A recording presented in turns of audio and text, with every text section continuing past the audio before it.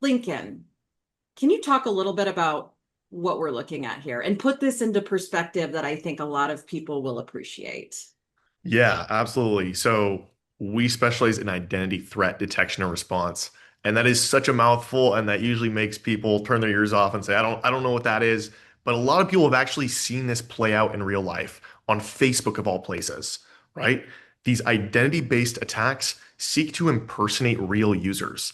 So if you've ever seen a friend's Facebook account hacked and they start posting those scammy Ray-Ban ads, Oh, yeah. yep. That's exactly Mhm. what they're looking to do with your Microsoft identities. They want to impersonate that user and get malicious invoices from their circle of trust. Again, they're looking to leverage the trust of that user to get those malicious invoices. So in the same way that that Ray-Ban scam, it's much less targeted, much less advanced. They want to do that at scale, and they just want to spray it out to get those $50 invoices or whatever that the dollar amount is back. These business side focused attacks are going to look for much more targeted approach, much more advanced impersonation, much more kind of whale fishing technique where they're looking to get invoices that usually average 137K for those successful invoices that come through. So it's a much bigger payout, but it is exact same type of scammers that are investing in this. Well, that's comforting, isn't it? It's not, but there's luckily we have ways to combat it. But let's talk a little bit more shit itch about MFA because I think a lot of firms have invested in MFA. They've got email security, other foundational types of security controls. So why is business email compromise still so successful?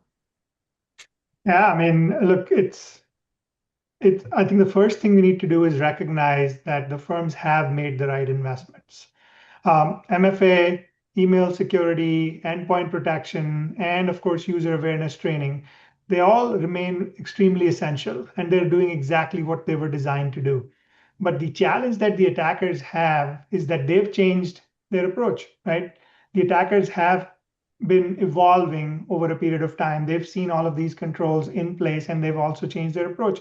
So instead of trying to break into devices or exploit servers, they're really trying to operate with trusted identities, right?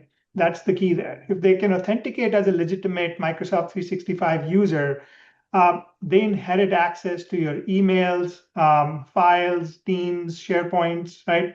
Whatever it is, and the day-to-day business processes that keep the firm actually running.